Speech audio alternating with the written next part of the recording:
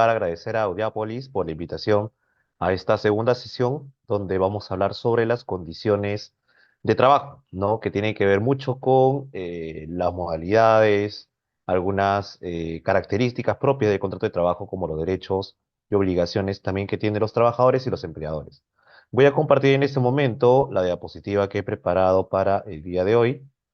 Me confirma si lo pueden ver para dar inicio a la sesión. Vamos a iniciar. El primer concepto que debemos tener claro cuando hablamos de las condiciones de trabajo es cuál es el objeto del contrato de trabajo. Para comenzar, los contratos de trabajo se parecen mucho a los contratos de locación de servicios o los contratos de obra, porque todos ellos forman parte de un grupo de contratos que se conocen como los contratos de prestación de servicios. Ahora bien, si queremos distinguir, y eso ya lo hemos visto en la primera sesión, las características propias de un contrato de locación de servicios y un contrato de obra frente a lo que es un contrato de trabajo, nosotros ya mencionamos que existen tres elementos esenciales.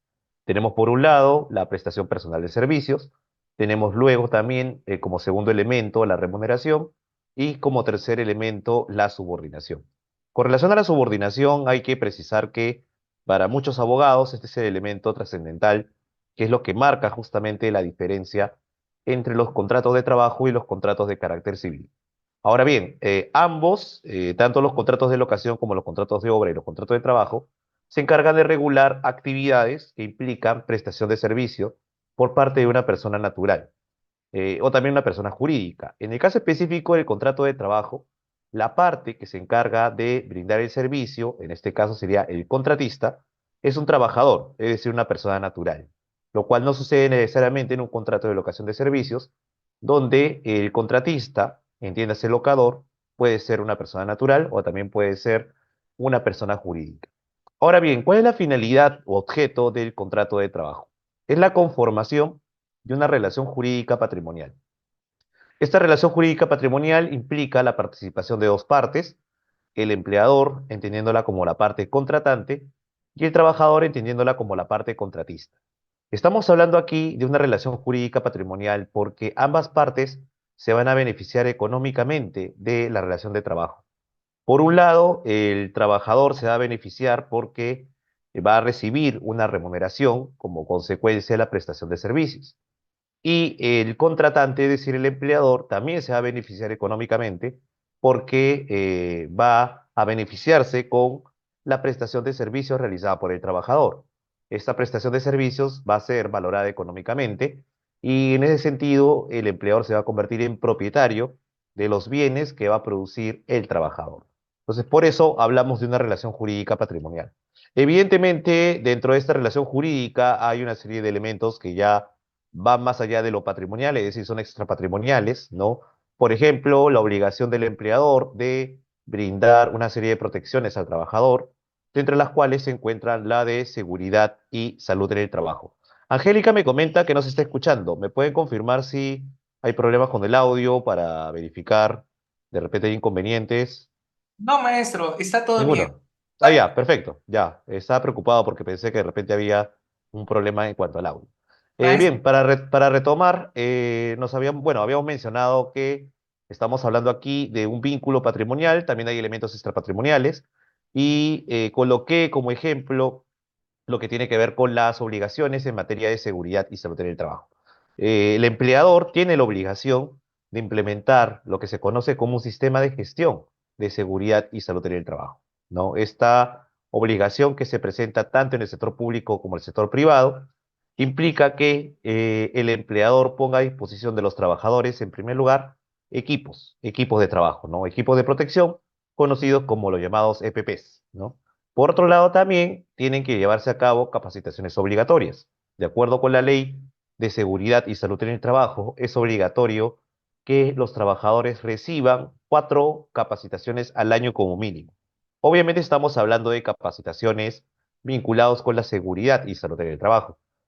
Algunas empresas o entidades públicas brindan capacitaciones, por ejemplo, sobre primeros auxilios, sobre simulacros en caso de sismo o incendios.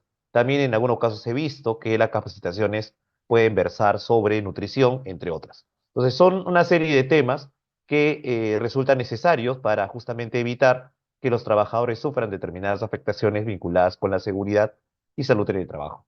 También, relacionado con la seguridad y salud en el trabajo, hay otras obligaciones como la realización de exámenes médicos ocupacionales, entre otros, ¿no?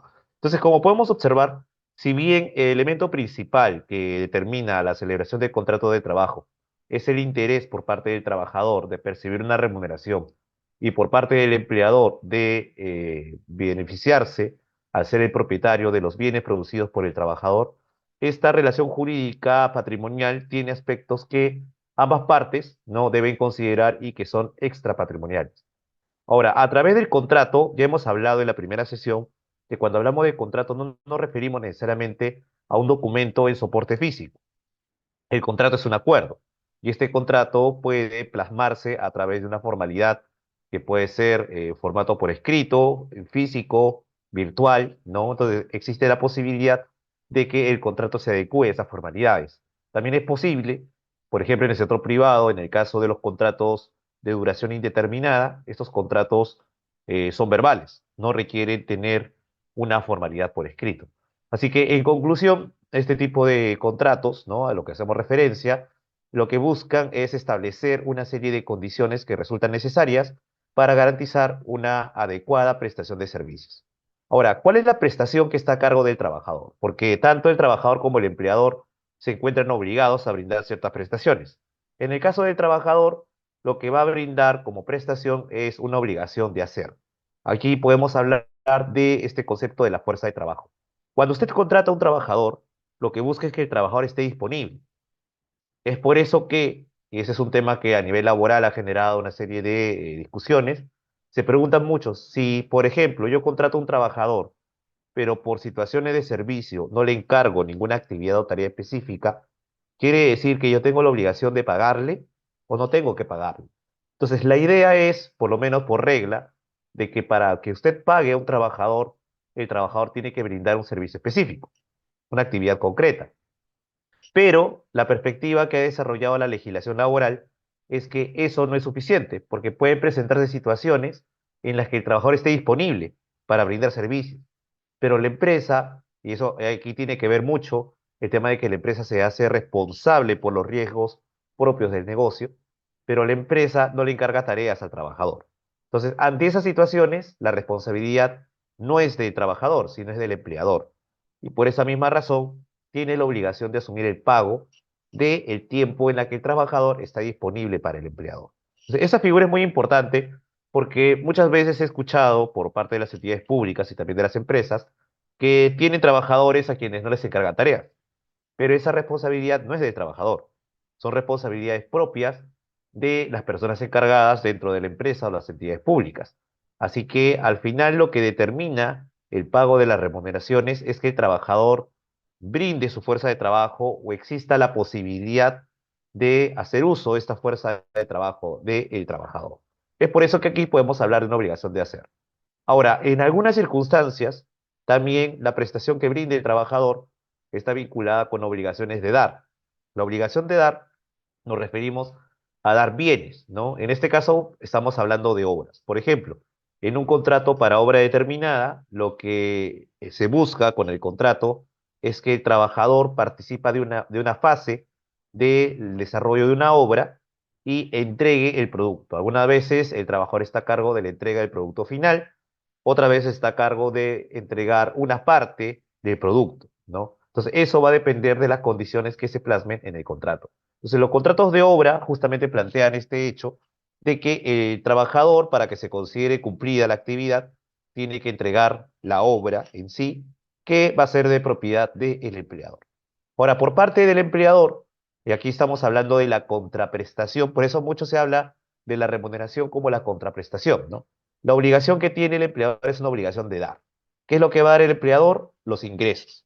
Ahora, yo utilizo el término ingreso para hacer referencia no solo a los conceptos que son remunerativos. Recuerden que los trabajadores también perciben conceptos que no son remunerativos. Para hacer una revisión de aquellos conceptos que no son remunerativos, es importante mencionar, por ejemplo, a la movilidad supeditada a la asistencia, tenemos también los refrigerios, tenemos la gratificación extraordinaria, entre otros conceptos. Entonces, el trabajador, como consecuencia de su actividad, no solo va a recibir una remuneración básica, ni tampoco va a recibir comisiones, que son remuneraciones principales. Va a percibir también remuneraciones complementarias, por ejemplo, la asignación familiar, que se otorga cuando el trabajador tiene hijos menores de edad o mayores de edad que están realizando estudios superiores. También va a contar con la gratificación. La gratificación también es una remuneración, solo que tiene un tratamiento diferente porque la ley ha dispuesto que la gratificación no sea a base de cálculo de los aportes de salud, ni tampoco se le va a descontar lo que corresponde al aporte pensionario, sea que el trabajador se encuentre afiliado al sistema privado de pensiones o al sistema nacional de pensiones.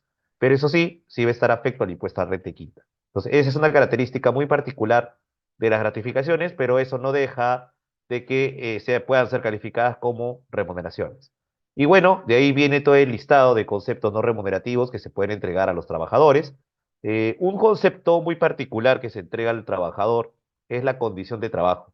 La condición de trabajo agrupa una serie de conceptos, por ejemplo, los viáticos, pueden ser también vestimenta, hay empresas o entidades que otorgan pues uniformes a sus trabajadores, también otorgan equipo de protección.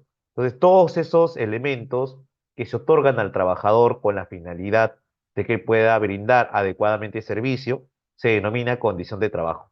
La condición de trabajo tiene una particular diferencia con relación a los demás conceptos no remunerativos, debido a que es un monto que no va a estar afecto a nada, ni siquiera al impuesto a la renta de quinta categoría. Entonces, esa es una característica, como ya mencioné, muy particular, y todo eso hay que denominarlo ingreso. Entonces, los trabajadores, como consecuencia de la prestación de sus servicios, ¿no?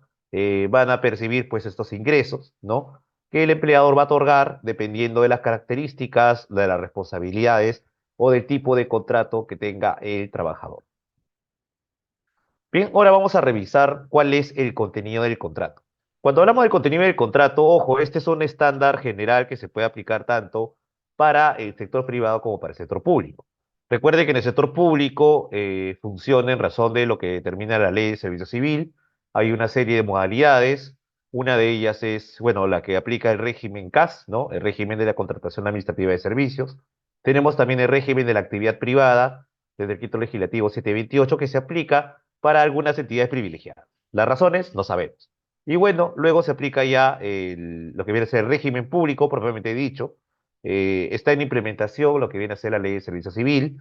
Mientras tanto, se sigue aplicando el decreto legislativo 276, ¿no? Que es el de régimen de la carrera administrativa. Entonces, esos son los regímenes que se aplican en el sector público y que también al momento de celebrar contratos de trabajo consideran estos elementos que son importantes, ¿no? En el caso del sector privado, tenemos un régimen que es el general de la actividad privada, que está regulado por el decreto legislativo 728. Ya lo mencionamos en la sesión anterior, ¿no? Hay regímenes especiales, por ejemplo, del trabajador del hogar, tenemos régimen del trabajador agrario, entre otros, que no vamos a mencionar el día de hoy porque lo que buscamos aquí es hacer referencia a los regímenes principales. Ahora bien, en sí, todo contrato, sin importarse el sector privado o si son regímenes especiales, debe considerar lo siguiente. En primer lugar, tenemos los datos de los sujetos intervinientes. Tenemos que identificar tanto quién es el empleador como quién es el trabajador. O sea, suena evidente, ¿no es cierto? Pero recuerden que muchas veces pueden surgir dudas en torno a quién debe calificar como empleador y quién no. Por ejemplo, surgen discusiones cuando se celebran contratos de tercerización de servicios o de intermediación laboral. En ese tipo de contratos que, ojo, no son contratos laborales, son contratos de carácter civil o comercial, solo que tienen un impacto laboral. ¿Por qué tienen un impacto laboral?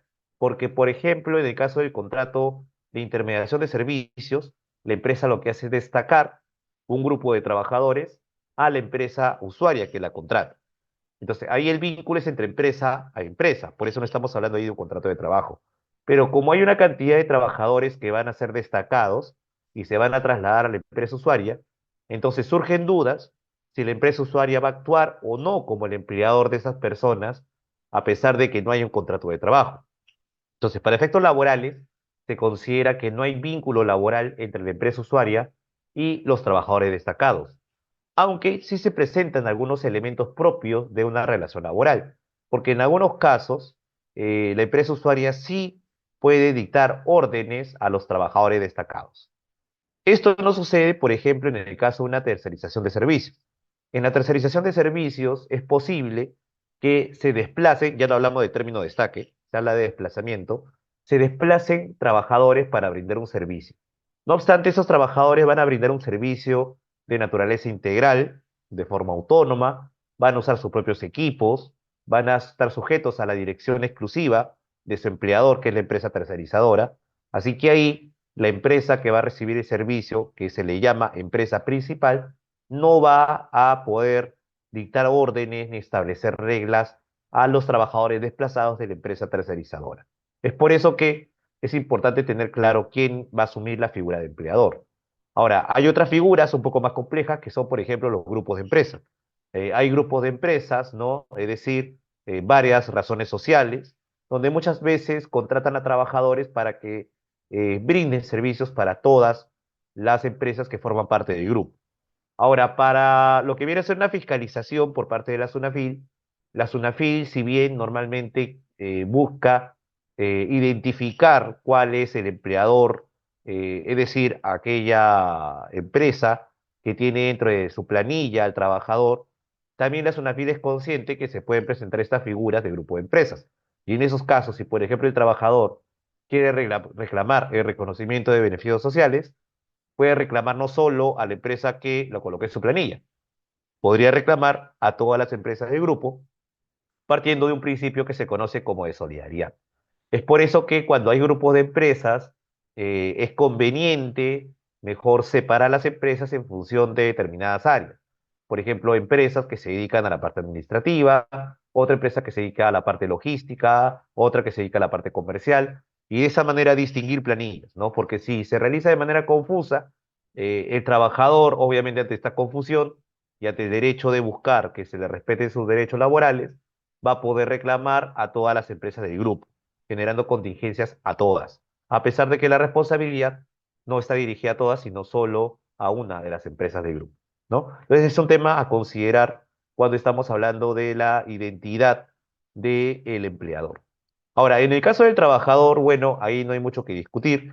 Como ya mencioné, estamos hablando de una persona natural, no importa si es un trabajador nacional o extranjero, evidentemente hay que identificarlo a través de un documento de identidad, puede ser su DNI, puede ser un carnet de extranjería, entre cualquier otro documento que valide que esta persona preste servicios laborales, ¿no? Por otro lado, tenemos también lo que viene a ser el lugar de trabajo.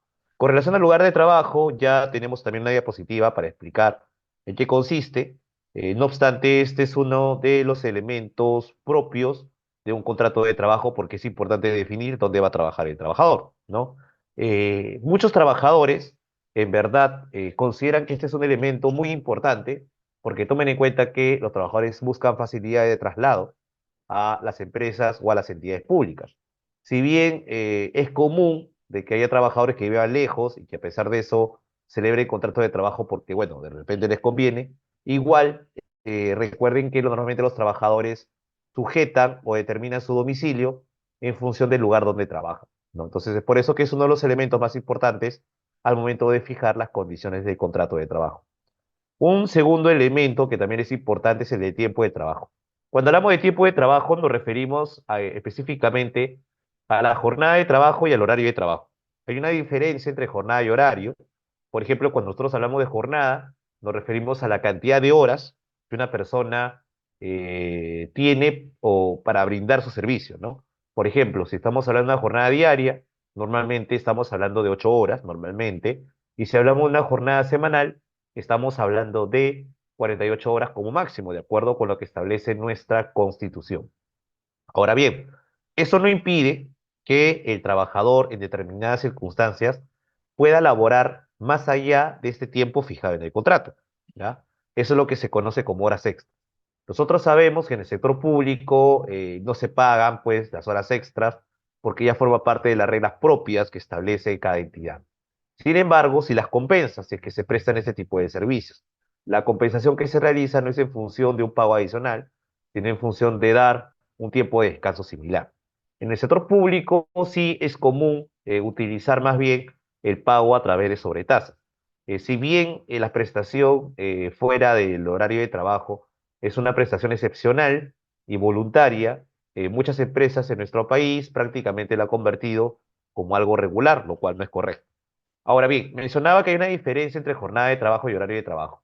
Lo que pasa es que el horario de trabajo hace referencia a la hora de inicio y a la hora de término del contrato de trabajo. Entonces, este elemento es muy importante. Muchas empresas, al momento de que redactan sus contratos, regulan de manera bastante genérica, incluso indeterminada, cuándo debe iniciar el contrato de trabajo, la actividad laboral y cuándo debe terminar. Entonces, esto genera un problema porque el trabajador, al no tener en su contrato una precisión de cuáles son las horas que tiene que trabajar, ni en qué momento tienen que ingresar, y en qué momento tiene que salir, no va a saber cuándo va a llegar tarde. Entonces puede ser que la empresa un día antes le diga, ¿sabes qué?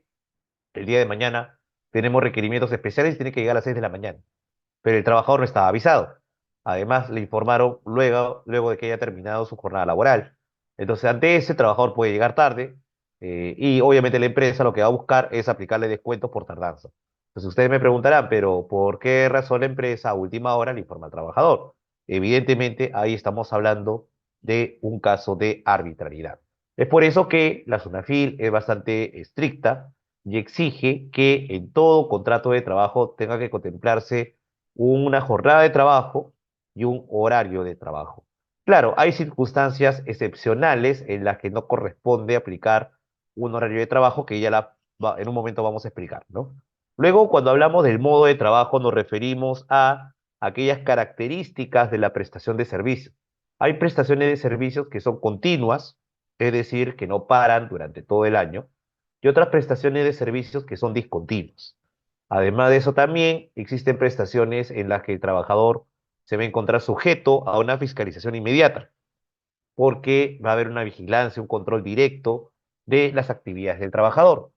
Pero también va a darse el caso de trabajadores que, por la naturaleza de su servicio, van a desarrollar su actividad fuera de las oficinas y eso calificaría pues como una actividad que no está sujeta a fiscalización inmediata. Entonces, esos son elementos que van a caracterizar el tipo de prestación de servicios. Por otro lado, también tenemos la duración del contrato. Acá no hay que confundirlo con el tiempo de trabajo. Cuando hablamos de duración del contrato, nos referimos al inicio del contrato de trabajo y cuánto va a ser el tiempo en la que se va a mantener en vigor. Cuando nosotros hablamos de los contratos de duración indeterminada, ahí sí no existe mayor discusión porque sabemos que no hay una fecha de vencimiento.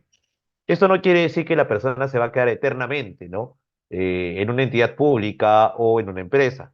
¿Por qué razón? Porque pueden suceder algunas circunstancias que justifiquen la desvinculación del trabajador. Por ejemplo, puede ser que el trabajador haya cometido una falta grave y como consecuencia de eso corresponde desvincularlo a través de la figura del despido.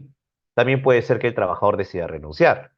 Otra opción es también que el trabajador se jubile porque ya cumple los requisitos para la jubilación, que son los a los de 75 años. Entonces pueden presentarse una serie de situaciones que perfectamente pueden justificar de que los trabajadores no continúen la relación laboral a pesar de que el contrato sea de duración indeterminada. Si bien estos contratos, para efecto de la legislación laboral, son los contratos típicos, en la práctica los contratos que más se usan son otros. Estos contratos que más se usan son los contratos de duración determinada. Los contratos de duración determinada son contratos que están sujetos a un plazo o sujetos a una condición. Eso ya lo vamos a explicar en la siguiente diapositiva.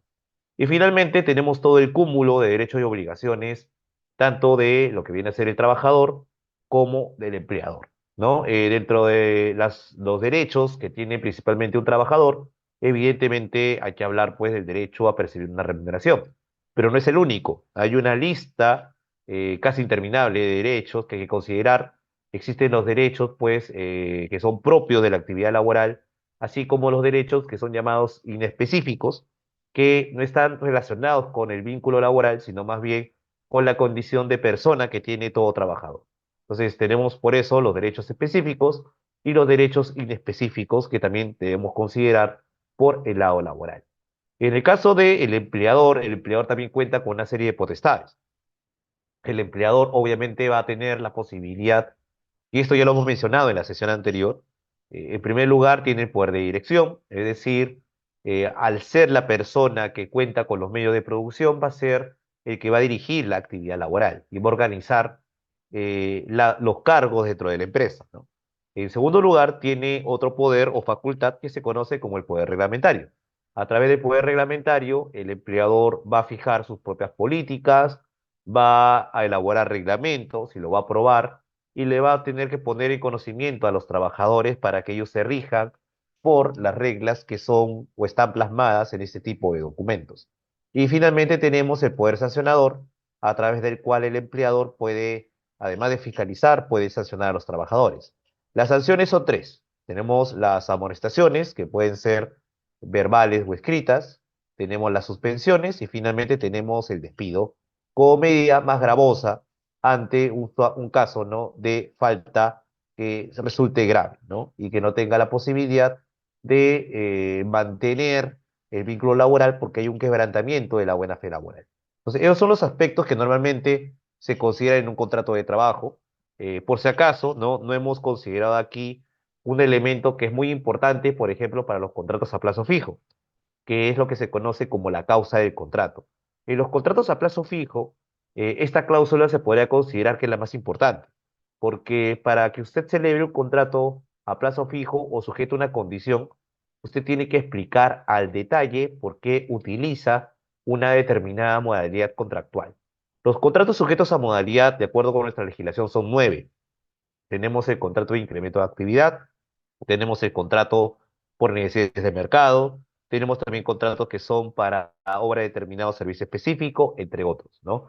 La sesión de hoy día no consiste en la explicación detallada de los contratos, para eso tenemos ya una ponente que lo va a desarrollar en su oportunidad, así que nosotros solo queremos destacar de que existen pues estas modalidades contractuales y cada una de ellas tiene una característica. Entonces, para que usted pueda celebrar este tipo de contratos, obligatoriamente, conforme a lo que indica la ley, tiene que ser celebrados por escrito, ¿no? Si no lo celebra por escrito, entonces se considera que es un contrato de duración indeterminada. Luego tenemos, bueno, aquí vamos a hablar de una de las condiciones más importantes del contrato de trabajo, que es el lugar de trabajo. Cuando hablamos del lugar de trabajo, normalmente nosotros lo vinculamos inmediatamente con el domicilio fiscal de la empresa, ¿no? Pero, o en todo caso, el domicilio de la entidad. Pero esto no es así. Muchas veces el lugar de trabajo no está vinculado con un centro de operaciones. Recuerden que tanto las empresas como las entidades públicas pueden tener varias sedes, no necesariamente la sede matriz. Además de eso, por ejemplo, en el caso de las empresas, muchas veces desarrollan su actividad en función de contratos de intermediación y tercerización. Así que su personal no trabaja estrictamente en sus oficinas, sino que trabajan en centro de operaciones, ¿no? Además de eso, también recuerden que existen modalidades a distancia donde los trabajadores laboran desde su casa. Entonces, para más o menos distinguir esta figura, nosotros hemos preparado este cuadro, donde podemos observar que el lugar de trabajo puede ser un lugar estático o un lugar dinámico o itinerante, ¿no? El lugar dinámico o itinerante se presenta, por ejemplo, cuando tenemos el caso de los llamados vendedores. Los vendedores son trabajadores que forman parte del área comercial y que se dedican a ofrecer determinados productos. Entonces, normalmente su actividad consiste en lo que se conoce como trabajo de campo, ¿no? Y buscan a clientes o ofrecen a los clientes determinados productos. Entonces, esa actividad es una actividad dinámica o itinerante. ¿Por qué razón? Porque no van a estar sujetos a un lugar determinado para prestar su servicio. Evidentemente, para rendir cuentas, siempre tiene que determinarse un lugar determinado para que este trabajador pueda llevar, por ejemplo, comprobantes de pago, pueda brindar informes. Muchas veces en ese tipo de contratos, el empleador lo que establece es que el trabajador tiene que rendir cuentas, puede ser cuentas diarias, puede ser cuentas semanales, etcétera, ¿no? Entonces, eso ya va a depender de la manera como las partes se hayan puesto de acuerdo. Entonces, eso es lo que corresponde a el lugar de trabajo cuando es dinámico o itinerante. También tenemos el lugar de trabajo que es estático o fijo. En este caso, sí hay un lugar específico donde el trabajador desarrolla su actividad. Uno o varios, solo que estos varios están claramente identificados. Por ejemplo, la modalidad que actualmente se está utilizando bastante es la actividad del teletrabajo. El teletrabajo y en su momento el trabajo remoto, que era el que se aplicaba durante la pandemia, era un tipo de trabajo a distancia. Entonces, en este trabajo a distancia, el trabajador puede prestar perfectamente su actividad en su domicilio o también lo puede brindar en un lugar diferente a su domicilio, pero tiene que comunicarlo al empleador de manera obligatoria. Entonces, la ventaja del teletrabajo es que el trabajador no necesita ir a las instalaciones de la empresa y puede perfectamente desarrollar su actividad en cualquier otro lugar diferente, que puede ser un lugar arrendado, puede ser un lugar de su propiedad. Yo he visto trabajadores que trabajan, por ejemplo, en restaurantes o trabajan, por ejemplo, en cadenas, ¿no? De comida rápida, etcétera, ¿no? Entonces, digamos que eso permite que los teletrabajadores se adecúen a las circunstancias y puedan prestar el servicio en lugares que les resulten convenientes. Ahora, claro, ante esas circunstancias, muchas veces lo que establecen los empleadores es que este tipo de actividades que va a brindar el trabajador a distancia, el trabajador se hace responsable de garantizar que en esos lugares deban respetarse los estándares mínimos en materia de seguridad y salud en el trabajo. Tomen en cuenta que, a diferencia de un lugar fijo, cuando el lugar es de pleno dominio del trabajador, el empleador no va a tener un conocimiento exacto de cuáles son las condiciones en las que laboran los trabajadores, ¿no? La ley del teletrabajo contempla la posibilidad de que el empleador pueda hacer visitas a las casas de los trabajadores siempre y cuando ellos lo autoricen. Entonces, cuando hay una autorización de por medio, el empleador puede, a través de su representante, visitar al trabajador y verificar de manera directa si realmente cumple o no con los estándares. Muchas veces los trabajadores, cuando llevan a cabo sus actividades de su casa, no lo realizan con los estándares mínimos de seguridad y salud del trabajo. Yo he conocido muchos casos de trabajadores que se han electrocutado, que se han resbalado, etcétera, ¿no? Entonces ahí surge la discusión si podemos ahí no referirnos a un accidente de trabajo o no, porque la persona sufrió este accidente en su casa. Es por eso que la ley del teletrabajo establecía que, en todo caso, para que el empleador tenga un conocimiento mínimo de cuáles son las condiciones en las que el trabajador preste el servicio, ahí establecía esta norma de que el teletrabajador tiene que llenar un formulario a través del cual daba información sobre las condiciones que utilizaba o que tenía su casa, su domicilio o el lugar en el que iba a desempeñar su actividad y qué condiciones tenía para brindar la actividad laboral, ¿no? Entonces, es una característica propia del teletrabajo. Pero en verdad las actividades, en su gran mayoría, se realizan en un centro de trabajo o también centro de operaciones. ¿Cuál es la diferencia? El centro de trabajo es aquel lugar que es de propiedad o es arrendado por el empleador, ¿no? Al ser de su propiedad o ser un lugar arrendado, quiere decir que el empleador tiene un pleno dominio del lugar y ahí se colocan los equipos de trabajo, ahí se entiende que también están los otros trabajadores, en el caso que sea trabajo en equipo, y en función de eso el empleador va a tener un control directo de las actividades que se realizan en ese lugar, ¿no? Algunas veces el gerente general está presente ahí, otras veces cuenta con representantes que son los que van a verificar la manera como se está llevando a cabo la actividad laboral en este centro de trabajo. El centro de operaciones es un lugar distinto al centro de trabajo.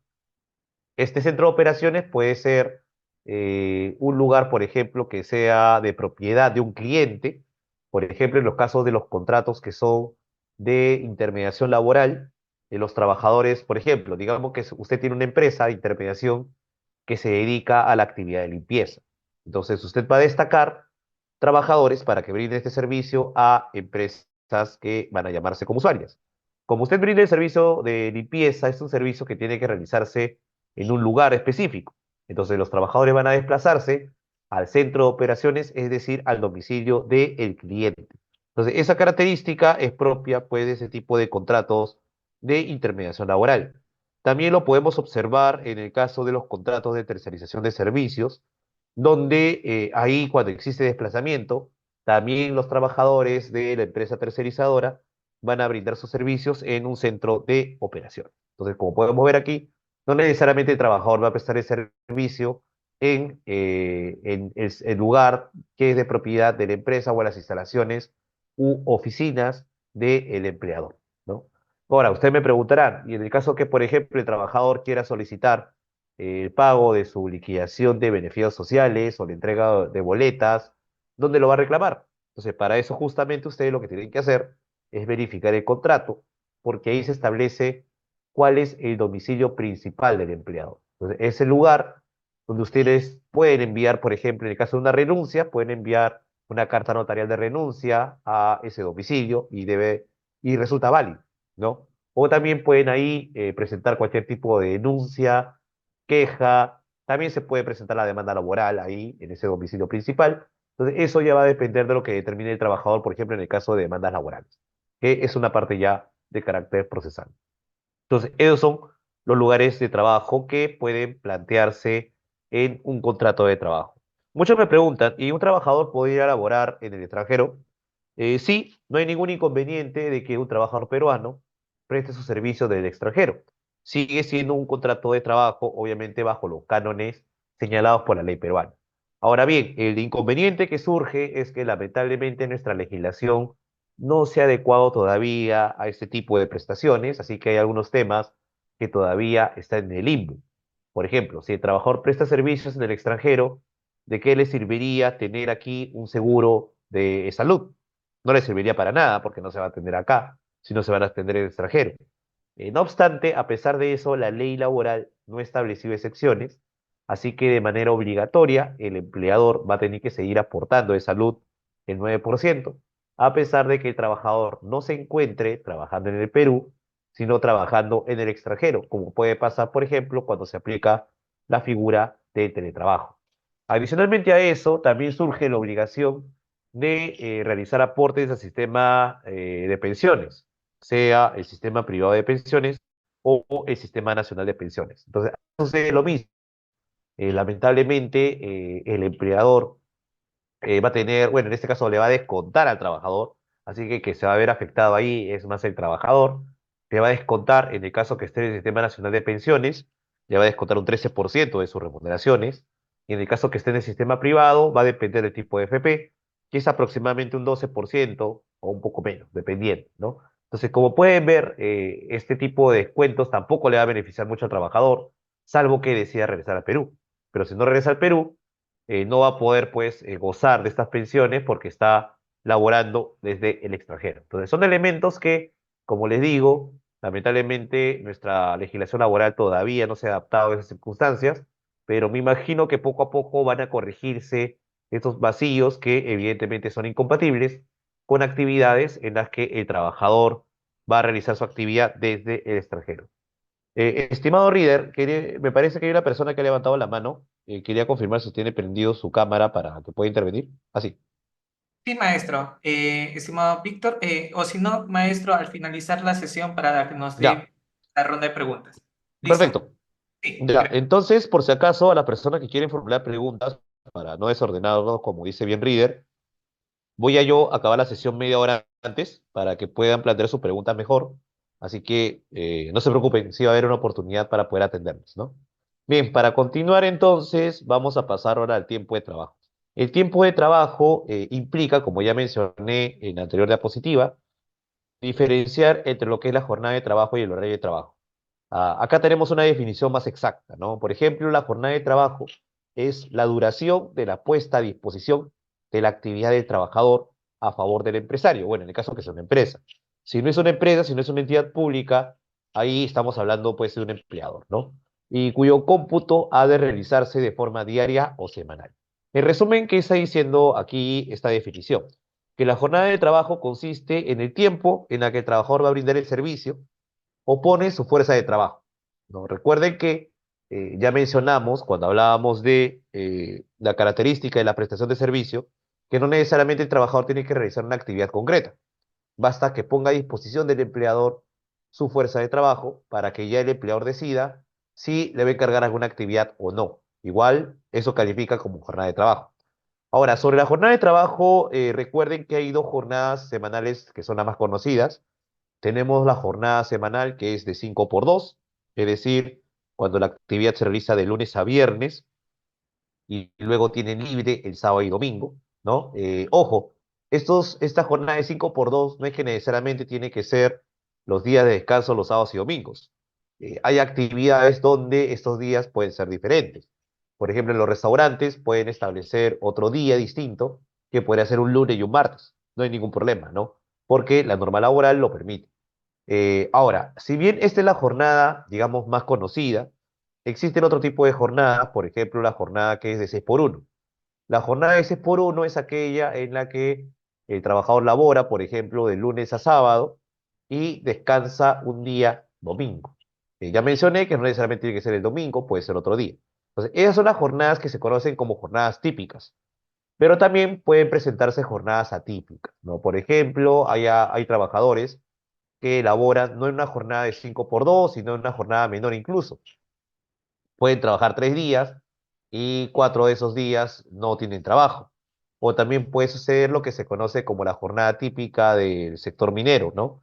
Que es una jornada en la que hay 14 días de trabajo y 7 días de descanso, la famosa jornada de 14 por 7. Entonces, en el caso de las jornadas atípicas, ahí lo que ha establecido el empleador, cuando son jornadas largas, es que estas jornadas tengan que distribuirse en función de un cálculo de horas, que no debe exceder de 144 horas. Por ejemplo, en el caso de esta jornada de 14 por 7, la única manera de que esta jornada sea válida es que el trabajador no labore más de 10 horas al día.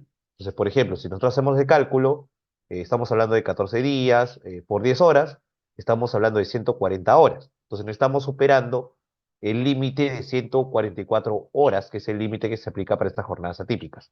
Si el trabajador labora 12 horas, ahí estaríamos superando ese límite y sería una jornada atípica prohibida. Tengan en consideración estos elementos porque muchas veces se cree que con las jornadas atípicas hay mayor flexibilidad, pero igual existen estándares, ¿no? Para determinar si estamos hablando de una jornada válida o una jornada inválida. Luego, otro detalle importante de la jornada de trabajo es que el empleador está facultado para establecer la jornada ordinaria de trabajo dentro de los límites máximos constitucionales. Ojo, y aquí entramos al tema de jus variandi, ¿no? Cuando hablamos de jus variandi o de esta potestad que tiene el empleador de cambiar las condiciones de trabajo, en el caso de la jornada de trabajo, la norma estableció lo siguiente. El empleador puede definir, evidentemente, cuál es la jornada que va a aplicar, por ejemplo, en el caso de la empresa, cuál es la jornada que se va a aplicar dentro de la empresa. No obstante, cuando ya ha definido esto y se ha celebrado el contrato de trabajo, ya no la va a poder cambiar, porque eso podría representar un caso de hostilidad laboral. La hostilidad laboral es aquella situación en la que el empleador adopta una medida arbitraria y al afectar los derechos laborales del trabajador, el trabajador tiene el pleno derecho a plantear una queja frente a su empleador y darle la oportunidad de corregirse. Pero si en un plazo de 6 días el empleador no se corrige, entonces el trabajador puede perfectamente recurrir al Poder Judicial para cesar el acto de hostilidad o en todo caso darse por despedido, lo que se conoce como despido indirecto, y reclamar una indemnización por despido arbitral. Entonces, eso al final es una decisión que va a adoptar el trabajador dependiendo de las circunstancias. Ahora bien, si bien el cambio de la jornada de trabajo y también del horario de trabajo podría calificar como un acto de hostilidad, igual la legislación laboral permite, cuando son cambios de carácter colectivo, que el empleador realice estos cambios cuando tengan un caso de justificación. Entonces, en esos casos, la norma indica que el empleador tiene que avisar con 8 días de anticipación a los trabajadores de que va a realizar un cambio, pues, en varias áreas o de repente en toda la empresa. Si los trabajadores consideran que esta medida es evidentemente perjudicial para sus intereses, ellos podrían primero plantear al empleador tener una reunión para llegar a un acuerdo. Si no se llega a un acuerdo, los trabajadores pueden recurrir al Ministerio de Trabajo, donde se va a abrir un expediente. Entonces, el Ministerio de Trabajo va a intervenir con la finalidad de examinar hasta qué punto realmente se están cumpliendo con dichos estándares básicos y si realmente hay una justificación de poder cambiar las jornadas de trabajo. Entonces, ese es un punto importante que debemos considerar sobre lo que es la jornada de trabajo. Justo acá en la diapositiva, por si acaso Aldair justo está haciendo una pregunta, el máximo que establece la ley para trabajar es de 8 horas diarias o de 48 horas semanales, ¿no? Es el máximo, pero ojo, eso no impide que los trabajadores puedan pactar la realización de horas extras con el empleador. Si ustedes me preguntan, ¿y cuál es el máximo de horas extras? La norma no establece ningún tope. Evidentemente, el hecho que no establezca un tope no quiere decir que ustedes van a hacer elaborar al trabajador pues 14 horas, ¿no? Acá nosotros tenemos que partir de un criterio de razonabilidad. Recuerden que el derecho laboral se basa bastante en el sentido común, ¿no? Entonces, más allá de que de repente la legislación laboral no establezca en algunos casos reglas precisas, eso no quiere decir que se debe dejar a libre arbitrio de lo que diga el empleador, sino que tenemos que aplicar criterios de razonabilidad, ¿no? Y criterios obviamente también de proporcionalidad. Entonces, ese es un aspecto que nosotros debemos considerar. Jocelyn también preguntó sobre la jornada acumulativa del sector minero. Ya hemos mencionado que del sector minero normalmente se aplica una jornada de 14 por 7. Esa es la jornada recomendada por el Tribunal Constitucional. Algunas veces he visto que en el sector minero se aplican jornadas ya no de 14 por 7, sino establece jornadas más amplias, ¿no? 20 por 10, por ejemplo, pero para el Tribunal Constitucional ese tipo de jornadas no son válidas porque, de acuerdo con los estándares del OIT, una jornada típica que se aplica para el sector minero tiene que estar, digamos, determinada en función de un periodo de 3 semanas. Entonces, por ejemplo, la jornada de 14 por 7 está determinada en función de 3 semanas, ¿no? Son 21 días en total, ¿no? En cambio, una jornada de 20 por 10 no se adecua a este parámetro, así que ahí no podemos hablar de una jornada válida, ¿no? Tenemos también ahí otra pregunta de Ivana que dice, cuando un trabajador tiene un tipo de trabajo, dice, firma un horario fiscalizable. ¿Cómo se pueden definir las horas que tiene un trabajador? Ya, ese aspecto justo lo voy a tocar cuando hable del horario de trabajo, ¿no? En el caso del horario de trabajo, es el momento exacto de comienzo y final de trabajo, eso es lo que ya mencioné. Y es también la facultad del empleador de establecer, ¿no? No se olviden que el horario de trabajo está vinculado con el registro de asistencia. Entonces, muchas veces que los trabajadores olvidan que tienen que realizar una marcación. El registro de asistencia puede ser un soporte físico, como también puede ser un cuaderno, puede ser el llamado huellero, ¿no? O sea, hay varias formas de llevar a cabo el registro de asistencia. Ese es en el caso que usted trabaje en una oficina, ¿no? Porque usted trabaja bajo la modalidad de teletrabajo, se pueden implementar otros sistemas de registro. Yo he visto empresas, por ejemplo, que piden a los trabajadores que cuando inicien su actividad activen su cámara para que tomen una especie de fotografía y luego de que terminen su actividad apaguen su cámara, ¿no? Algunas empresas también implementan sistemas virtuales que también permiten detectar cuando un trabajador activa pues sus sistemas, ¿no? de trabajo, y de esa manera eso funciona como si fuera un registro de asistencia. Más allá de cuál sea el registro de asistencia que se va a implementar, recuerden que la idea es que sea un sistema objetivo que permite identificar realmente el momento exacto en el que el trabajador inicia su actividad y en qué momento lo termina, ¿no? Ahora bien, dice también la norma con relación al horario de trabajo de que solo podrá impedirse el registro de ingreso cuando el trabajador se presente al centro de trabajo después del tiempo fijado como ingreso o del tiempo de tolerancia de existir. A ver, cuando una persona tiene un horario de trabajo, obviamente un horario de ingreso, ¿no? Recuerden que si un trabajador llega tarde, sea minutos o sea horas, eso va a calificar como tardanza. Hacer una tardanza, el empleador tiene obviamente la potestad de descontar, ¿no? Entonces, al tener la potestad de descontar, quiere decir de que el trabajador obviamente va a verse afectado porque no solo, o sea, le van a descontar obviamente el tiempo por llegar tarde, pero además de eso también lo pueden sancionar a través de amonestaciones por escrito, también lo pueden sancionar a través de otro tipo de amonestaciones, ¿no? Eh, por ejemplo, amonestaciones verbales, ¿no? Hay empresas que cuando esto es reiterativo ya podría recurrir a suspensiones y cuando esto ya es demasiado reiterativo, también se puede recurrir al despido. La norma laboral establece que para despedir a un trabajador por tardanzas, tiene que primero haberlo amonestado al trabajador, o sea, haber realizado amonestaciones, se entiende que mínimo son dos, y también haberlo suspendido también mínimo 2, ¿no? Entonces con eso ya estaría habilitado en una quinta tardanza a despedir al trabajador.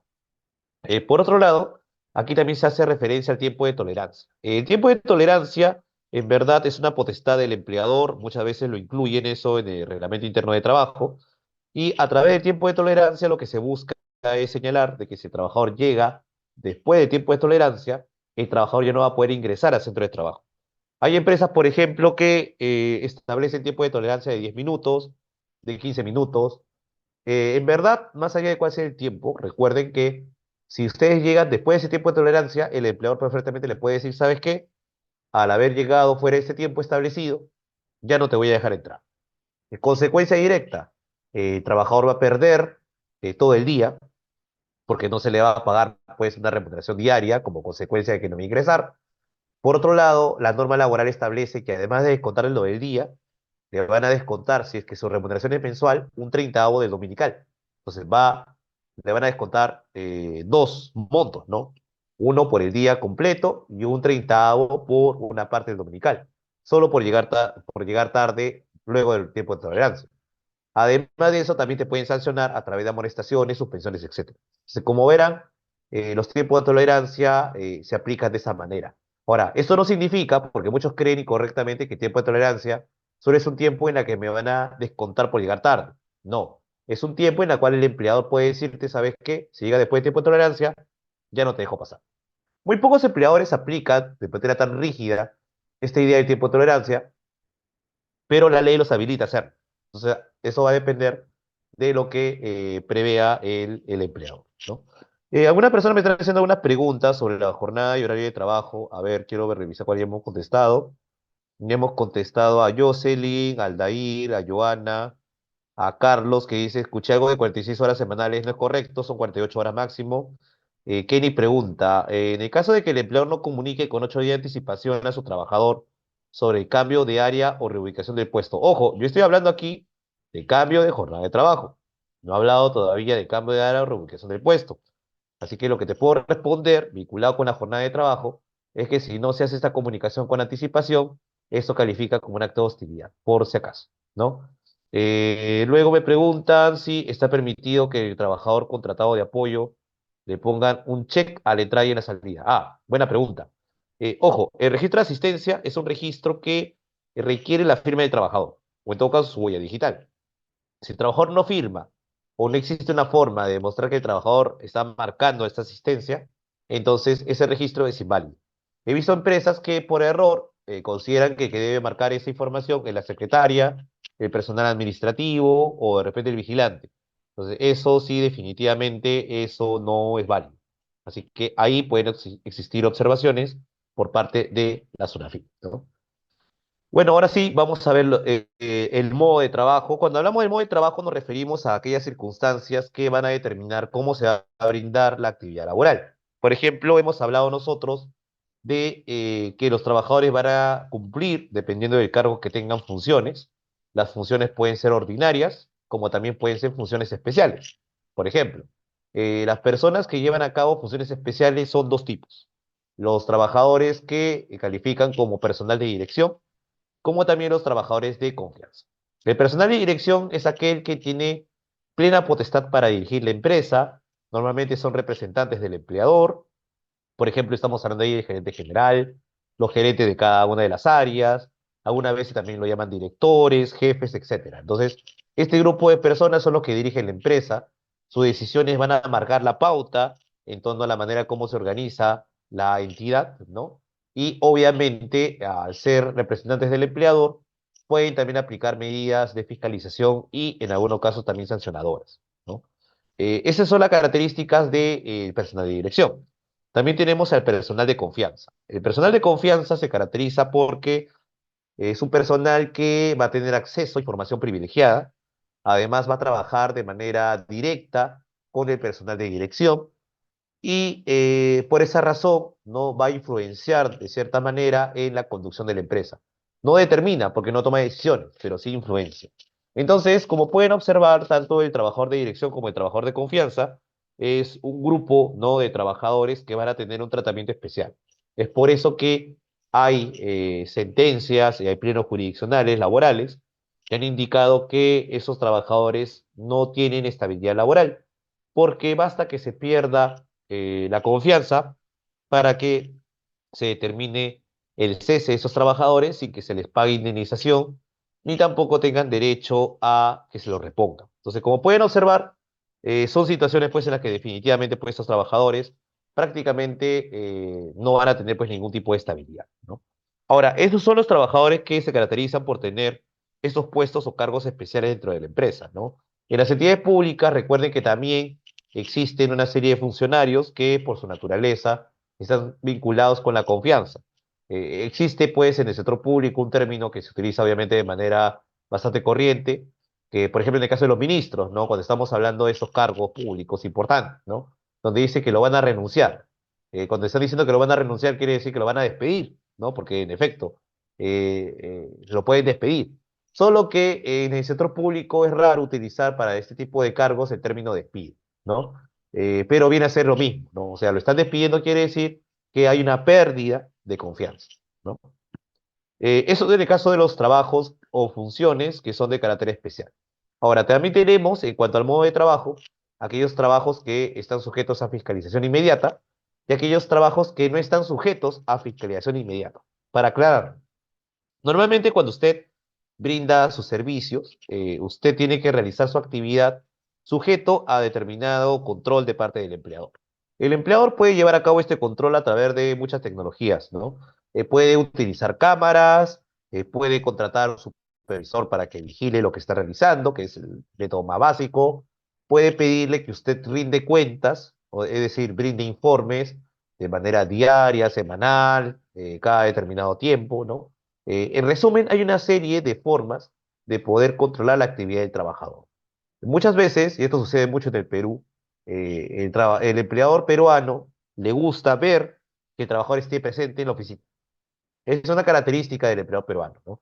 Es por eso que no muchos empleadores consideran atractivos el aplicar figuras como el teletrabajo, porque ellos consideran que los trabajadores, cuando no tienen vigilancia directa, no están realizando su actividad de forma cabo, ¿no? Bueno, más allá de que eso sea cierto o no, hay estadísticas que revelan que no es así, pero bueno, aquí lo importante es que el trabajador, cuando está sujeto a una fiscalización inmediata, quiere decir que siempre el empleador va a tener una forma de controlar la actividad del trabajador. Durante el tiempo de trabajo, no se olviden que los trabajadores tienen que estar disponibles. Si tu empleador, por ejemplo, te llama, y estamos hablando, por ejemplo, en el caso del teletrabajo, ¿no? Tú tienes que atenderlo. Si no lo atiende, puede ser por un tema excepcional, podría ser, pero igual tiene que rezar la llamada. Si tú no respondes la llamada o no respondes los correos, eso podría ser calificado perfectamente como un incumplimiento de obligaciones, ¿no? Por otro lado, esa es la situación de los trabajadores sujetos a fiscalización inmediata. Pero también tenemos otros trabajadores que no están sujetos a fiscalización inmediata, es decir, los que tienen una fiscalización mediata. ¿Qué significa esto? Que son trabajadores donde por la naturaleza propia de servicio, tú no lo vas a poder fiscalizar directamente. Entonces, ahí tienes que confiar en la buena fe, tienes que también, tú valoras ahí más que el tiempo, valoras el resultado. Entonces, esa es la diferencia que tienen ese tipo de trabajadores. Los trabajadores que no están sujetos a fiscalización inmediata normalmente son trabajadores que van a desarrollar su actividad fuera de la oficina, donde van a ingresar de manera sin ningún tipo de horario específico. Es por eso que en el caso de estos trabajadores no sujetos a fiscalización inmediata, ellos no tienen horario de trabajo ni tienen la obligación de tener un registro de asistencia. ¿Por qué? Porque sale e ingresa constantemente a las oficinas. Es por eso que no hay un control estricto de su actividad. Ahora, la ventaja es que obviamente no llega tarde, por ende no hay descuento por tardanza, porque va a estar sujeto a sus propios horarios. Pero en el caso de que sea necesario que realice una actividad fuera del horario de oficina, esto igual se va a tener que realizar y esto no genera horas extras. Entonces, tengan en cuenta esos dos lados, ¿no? Esa es una de las características de los trabajadores no sujetos a fiscalización inmediata. Y finalmente tenemos lo que se conoce como prestaciones continuas o discontinuas. La prestación continua es aquella en la que el trabajador va a brindar el servicio durante todo el año. Claro, hay excepciones, pues puede ser las vacaciones, y ya sabemos que en el sector privado Se aplica a los 30 días cuando es régimen general, cuando es un régimen de la micro y pequeña empresa son 15 días, en el sector público también tenemos los 30 días, ¿no? Entonces, en el caso de las vacaciones sí tenemos un caso en la que el trabajador va a tener que descansar. Pero fuera de las vacaciones, la actividad del trabajador es constante, es continua. Pero hay trabajadores que por la característica de sus funciones sí van a brindar un servicio que va a ser discontinuo. Por ejemplo, en el ámbito privado existen muchos casos de contratos que son intermitentes o contratos de temporada. Para poner un ejemplo bastante claro de un contrato de temporada, es, por ejemplo, aquellas empresas que se dedican a las ventas por Navidad, ¿no? Ustedes saben que la campaña navideña no empieza en el mismo diciembre, sino puede empezar incluso meses antes. Por ejemplo, la venta de juguetes, venta de árboles de Navidad, de los productos vinculados con la Navidad, etcétera, ¿no? Entonces, toda esa campaña implica 2 o 3 meses. En esos casos, estas empresas que se dedican al rubro comercial, lo que hacen es contratar personal adicional al personal normal que tienen. Entonces, en este tipo de situaciones que son discontinuas, ¿no? Ellos pueden utilizar esos contratos que son de temporada, ¿no? En cambio, los contratos intermitentes, que también se aplican para situaciones discontinuas, se aplican para actividades donde ni el empleador ni el trabajador sabe en qué momento se va a detener la actividad. Por ejemplo, esto sucede mucho en el ámbito pesquero, donde hay periodos de veda. Los periodos de veda son determinados por el gobierno. Entonces, ni la persona que tiene la calidad de trabajador ni el empleador saben en qué momento se paraliza la actividad, ni saben en qué momento se va a retomar. Entonces, la diferencia aquí entre el contrato intermitente y el contrato de temporada es que el contrato de temporada sí sabe en qué momento la actividad se paraliza y en qué momento la actividad continúa, porque son ciclos que se repiten todos los años. En cambio, en la actividad intermitente, si bien se sabe que la actividad va a ser permanente, eso no significa que no tenga periodos en los que no hay una actividad efectiva. Obviamente, durante esos periodos, el empleador va a suspender el vínculo laboral, no tiene que pagar ninguna remuneración hasta que se retome la actividad, ¿no? Entonces, esas son las características de las prestaciones continuas y las prestaciones discontinuas. Luego tenemos la duración del contrato. La duración del contrato, que bueno, eso también lo van a explicar en una sesión especial, son de dos tipos. Los contratos que son indeterminados, es decir, aquellos contratos que no van a estar sujetos a una fecha de vencimiento, ¿no? Y tenemos los contratos determinados. Los contratos determinados son aquellos que están sujetos a una fecha de vencimiento en el caso de que haya un plazo, o que van a estar sujetos a una condición resolutoria. En el caso del plazo, no es difícil colocar ejemplos. Por ejemplo, tenemos el caso de los contratos de inicio de actividad, cuyo plazo máximo es de 3 meses, o de 3 años, disculpen. Tenemos los contratos también de incremento de actividad, que tienen una duración máxima de 3 años, y los contratos que también se utilizan bastante en el Perú, que son los contratos de necesidades del mercado, que también tienen una duración de 5 años. Luego, tenemos los contratos que son de condición, esta condición resolutoria. Y en el caso de estos contratos de condición resolutoria, ahí tenemos, por ejemplo, el contrato de suplencia. El contrato de suplencia es un contrato a través del cual la empresa o la entidad pública, porque también se pueden presentar casos, contratan a una persona para que reemplace a un trabajador que es titular de un puesto. Entonces, con este reemplazo van a cubrir justamente la falta del trabajador titular. El trabajador titular va a dejar de trabajar como consecuencia de alguna circunstancia que interrumpe el contrato laboral. Puede ser, por ejemplo, que sea una trabajadora que esté embarazada, y eso va a requerir, pues, para que ella pueda retornar al trabajo, 98 días de licencia. Entonces, en esos casos, sí resulta válido que se utilice este tipo de contrato de suplencia. También se puede utilizar, por ejemplo, cuando un trabajador sufre un accidente, que puede ser un accidente común o accidente de trabajo. Si el accidente es grave, puede tomar de 3 a 4 meses de recuperación. Entonces, durante todo ese periodo, la empresa perfectamente podría, o la entidad pública podría contratar a una persona para que sea un reemplazo o suplente de esta persona.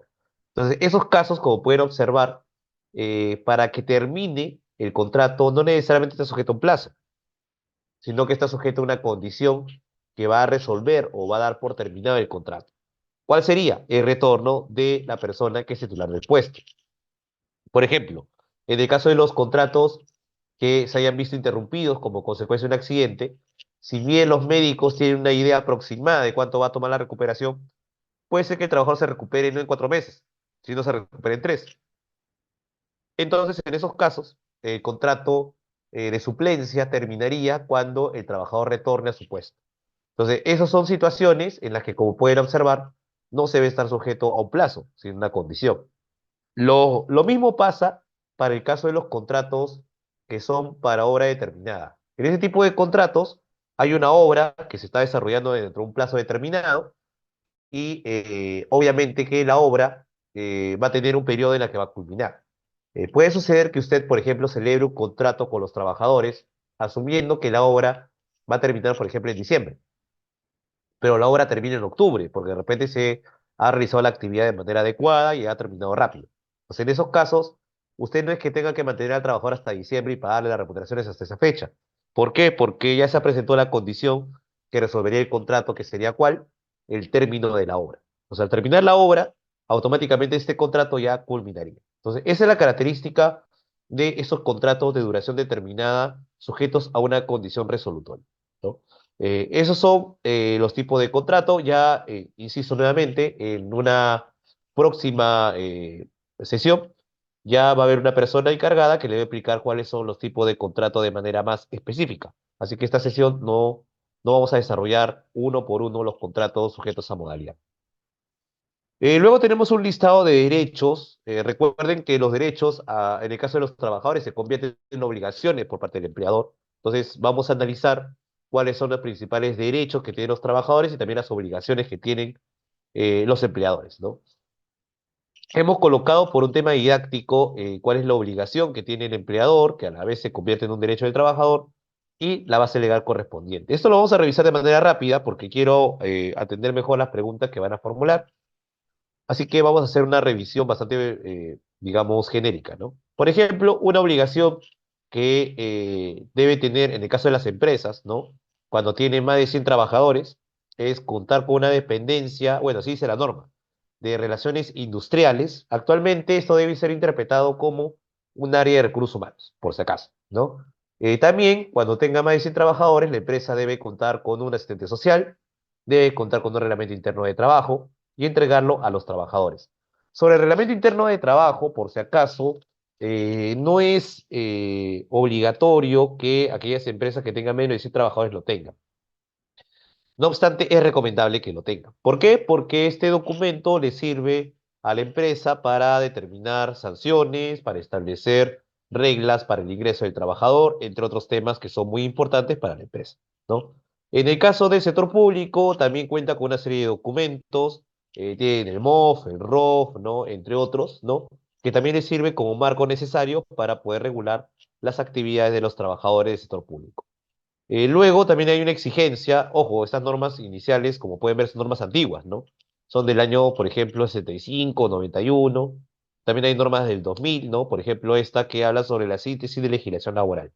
La síntesis de legislación laboral es una norma que resumía las principales normas laborales, pero como pueden ver, esta norma está desactualizada.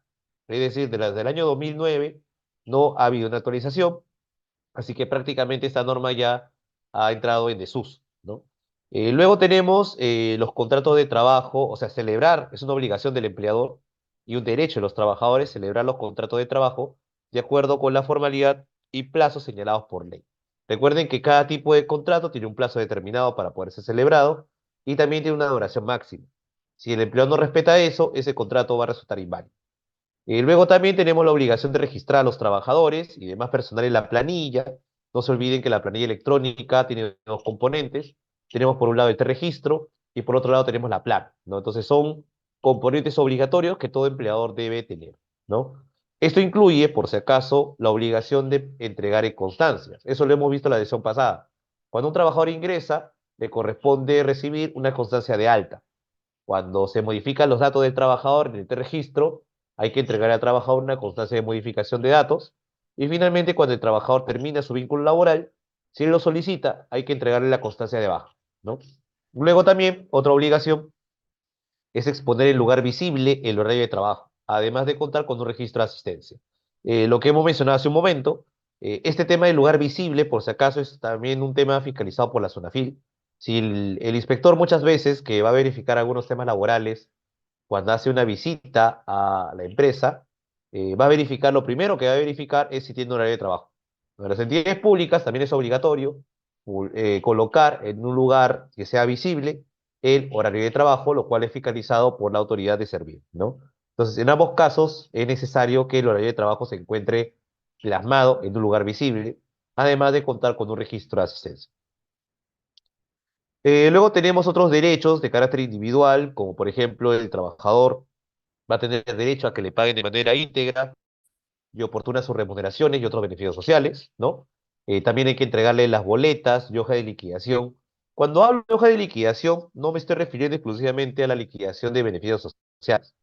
Hay otras hojas de liquidación que también lo exige la ley entregar. Por ejemplo, en el caso de la compensación por tiempo de servicios, cuando se deposita en los meses de mayo y los meses de noviembre, hay que entregar al trabajador una hoja de liquidación de la compensación por tiempo de servicios. También cuando se realiza el pago de la participación de las utilidades, también corresponde entregar una hoja de liquidación. Entonces, eso está regulado por ley. Además, recuerden que al cese siempre hay que entregar al trabajador un certificado de trabajo. Hay empresas que creen que cuando un trabajador labora días, no se le debe entregar un certificado de trabajo. Falso. La norma laboral no establece excepciones a la entrega de certificado de trabajo. Así que si el trabajador ha laborado días o si el trabajador se ha retirado como consecuencia de que ha hecho malas actividades dentro de la empresa, por ejemplo, ha hurtado bienes de la empresa, no ha cumplido con reglas de confidencialidad, a pesar de esos casos, tiene que entregar el certificado de trabajo. Luego hay que respetar la jornada de trabajo y los descansos legales y convencionales, también es una obligación que debe tener en cuenta el empleador. No debe efectuar actos de discriminación, ojo, muy importante, especialmente lo que tiene que ver con la discriminación salarial. Estamos en un contexto donde la SUNAFIL está tomando bastante relevancia a la elaboración de políticas salariales. Entonces, si la empresa no cuenta con una política salarial, estaría incurriendo en este supuesto de discriminación, ¿no? En general, también se establece que el empleador no debe incurrir en ningún acto de hostilidad, tampoco debe, digamos, involucrarse en temas que puedan originar casos de hostigamiento sexual. Recuerden que el hostigamiento sexual puede ser realizado no solo por aquellas personas que tengan un cargo importante dentro de una empresa o entidad pública, también lo puede realizar un compañero de trabajo, ¿no? Entonces, en esos casos, tanto la entidad pública como las empresas tienen que llevar a cabo un procedimiento de investigación y sanción ante una denuncia frente al hostigamiento sexual. Si no lo realiza, obviamente pueden surgir denuncias o demandas en contra de la entidad empleadora. Para aquellos casos en los que hay sindicatos, ¿no? Hay una obligación de parte de, el empleador de entregar información a los trabajadores para que ellos puedan negociar de forma colectiva. Recuerden que la finalidad del sindicato es velar por los intereses profesionales de los trabajadores. De repente de todos los trabajadores o de un grupo. Entonces, para eso ellos necesitan contar con información económica. Si no cuentan con información económica, no van a saber sobre qué temas podrían negociar, ¿no? Porque recuerden que una parte importante de la negociación colectiva son justamente los incrementos salariales, ¿no? O de repente también bonificaciones que inciden en la parte económica.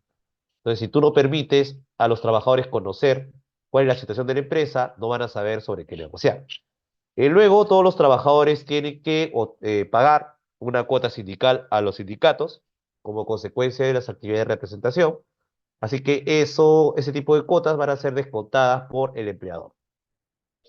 Luego también tienen que otorgar facilidades para el ejercicio de la actividad sindical. También tiene la obligación del empleador de recibir el pliego de reclamos. Y finalmente, evitar acciones que dificulten la libertad sindical y el ejercicio del derecho a la huelga. Claro, son los llamados actos antisindicales. Si el empleador incurre en actos antisindicales, estamos hablando de casos de hostilidad laboral. Y esos también son sancionados por la legislación laboral. Luego tenemos los derechos en materia de seguridad social, ¿no? Entonces, en el caso de la seguridad social, tiene la obligación del empleador de inscribir de manera oportuna a los trabajadores en un régimen de seguridad social, tanto en salud como en un sistema de pensiones. Antes se creía de manera incorrecta que en el caso de la microempresa, por ejemplo, no era obligatorio registrar a los trabajadores o afiliarlos a un sistema de pensiones, lo cual es incorrecto. Esta obligación se aplica para todo tipo de empresa, no importa si estamos hablando de la microempresa, pequeña empresa, régimen general, ¿no? Sea mediano o grande empresa, ¿no? Luego también hay una obligación de entregar a los trabajadores lo que se conoce como el boletín informativo. Cuando un trabajador ingresa, la empresa tiene 5 días para hacer entrega de este documento y lo pueden descargar de manera gratuita de Internet. El boletín informativo es un documento donde se detalla de manera bastante resumida cuáles son los beneficios de, el Sistema Nacional de Pensiones y por otro lado cuáles son los beneficios del sistema privado de pensiones.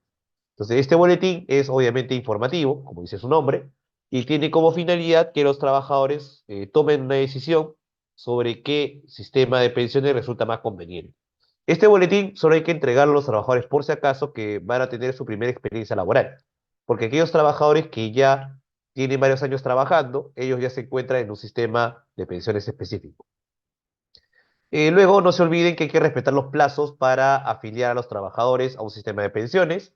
Se entiende que luego de la entrega de este boletín informativo, el trabajador tiene 10 días para brindar información sobre el sistema de pensiones en las que quiere formar parte, ¿no? Y tiene 10 días más para rectificar su decisión. Si el trabajador dentro de este plazo no toma ninguna decisión, la ley establece que el empleador de manera obligatoria lo va a afiliar al sistema privado de pensiones, ¿no? Después tenemos otra obligación que es asegurar a los trabajadores que realizan actividades o se encuentran expuestos a riesgos. O sea, ahí se contrata el llamado seguro complementario de trabajo de riesgo, ¿no? Que se aplica, como ya menciona bien la norma, para aquellos casos en los que los trabajadores realizan actividades que son calificados como riesgosos.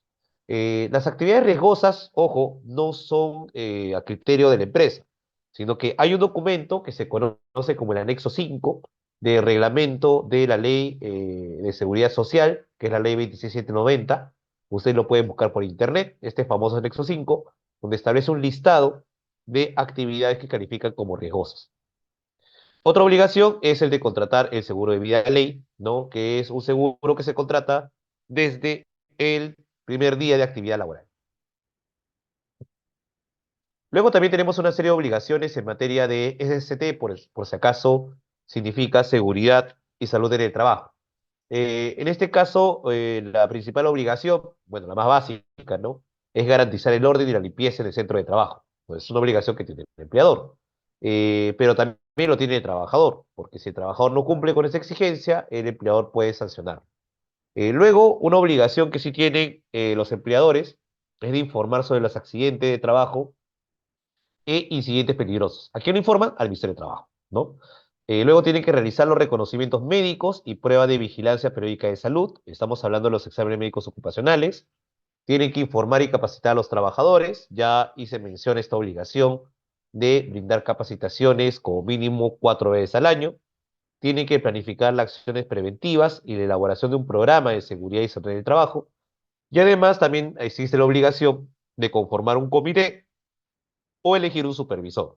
La conformación del comité es cuando la empresa tiene, o la entidad también tiene de 20 trabajadores a más. Si tiene menos, ahí corresponde la conformación, o mejor dicho, la elección de un supervisor, ¿no? Luego, cuando la empresa tiene de 20 trabajadores a más, también es obligatorio contar con un reglamento de seguridad y salud en el trabajo. Y finalmente, es una exigencia que toda empresa y entidad cuente con documentos obligatorios y registros obligatorios en materia de seguridad y salud en el trabajo. En el caso de los registros, por si acaso son como 8 registros obligatorios, o sea, son bastantes, ¿ya? Es por eso que muy pocas empresas y también algunas entidades públicas no cuentan con estos registros completos. Entonces, por ahí, esto puede generar una serie de perjuicios en contra de los trabajadores y hay que tener cuidado. Para cerrar y ya pasar a las preguntas, vamos a revisar lo que tiene que ver con las cláusulas especiales. Por ejemplo, aquí tenemos la cláusula del periodo de prueba. El periodo de prueba es un periodo que, para caso de los trabajadores ordinarios, es de 3 meses. Para los trabajadores de confianza y de alta especialización es de 6 meses como máximo. Y para el personal de dirección es de 12 meses, es decir, un año. El periodo de prueba del trabajador ordinario de 3 meses no hay necesidad de que esté plasmado en un contrato por escrito. En cambio, en el caso del trabajador de confianza y dirección y también el de alta especialización, sí tiene que estar establecido en el contrato. Si no se menciona, se va a considerar que el periodo de prueba solo va a ser de 3 meses. Por si acaso, el periodo de prueba es aquel en la que el empleador va a verificar si realmente el trabajador cubre las expectativas que han servido de base para contratar. Entonces, muchas veces los empleadores observan que al primer mes o al segundo mes, que ese trabajador lamentablemente no está cumpliendo con las exigencias propias del perfil, ¿no? del cargo. Entonces, en esos casos se puede desvincular al trabajador y no existe la posibilidad de que el trabajador pueda demandar ni una indemnización por despido arbitrario, ni tampoco su reposición. Eso sí, el periodo de prueba no quiere decir de ninguna manera que estemos hablando de un periodo en la que se puede ejercer de manera arbitraria la decisión de separar al trabajador por circunstancias que no sean objetivas. Por ejemplo, en el caso que usted quiera desvincular a una trabajadora por estar en situación de embarazo, e incluso por más que esté dentro del periodo de prueba, eso está prohibido. Y la trabajadora puede reclamar indemnizaciones como consecuencia de esta decisión. Luego tenemos una cláusula conocida también, que es la de exclusividad. En el Perú, un trabajador puede brindar servicios para varias empresas. En el caso de las entidades públicas, recuerden que ahí sí hay limitaciones porque el trabajador del sector público solo puede percibir dos beneficios por parte del Estado, salvo que uno de ellos sea como consecuencia de una actividad educativa, ¿no? La exclusividad es una cláusula que se puede establecer en los contratos, especialmente en el sector privado, ¿no? En la que ahí se va a indicar que la persona que desarrolle una actividad para una empresa, por ejemplo, de la competencia, estaría incurriendo en un caso de no exclusividad, ¿no? Y eso podría originar por parte del trabajador la obligación de pagar indemnizaciones como consecuencia de los daños que haya podido originar. Luego tenemos la cláusula de confidencialidad, que tiene como finalidad que los trabajadores mantengan una reserva muy estricta de determinados datos o información que tiene la empresa. En principio, todo trabajador está en la obligación de mantener confidencialidad, bajo la obligación que emana de lo que viene a ser la buena fe laboral. No obstante, hay tipos de trabajadores que van a tener un deber especial de confidencialidad. Me refiero, por ejemplo, a trabajador de confianza, a los trabajadores que se encargan de ver la parte de la planilla de la empresa, ¿no? Que son personal administrativo. Ese tipo de trabajadores sí sería conveniente, ¿no? Que la empresa en esos casos desarrolle convenios o incluya cláusulas en los contratos de trabajo donde se detalle cuál sería el alcance de este deber de confidencialidad. Luego tenemos las cláusulas de permanencia. Esta cláusula de permanencia normalmente se usa cuando la empresa asume gastos vinculados con la capacitación de los trabajadores. Entonces, es natural que la empresa se quiera cubrir, porque imagínense si usted capacita a un trabajador, pero que luego de unos meses el trabajador se retira. Entonces, eso es naturalmente pernicioso para los intereses de la empresa. Entonces, la empresa puede incluir esta cláusula de permanencia que tiene como finalidad que luego de haber hecho un gasto, por ejemplo, de maestrías, capacitaciones, etcétera, lo que buscan es que el trabajador se mantenga un tiempo dentro de la empresa. Ojo, esta cláusula de permanencia no es eterna. Hay que aplicar aquí un criterio de razonabilidad.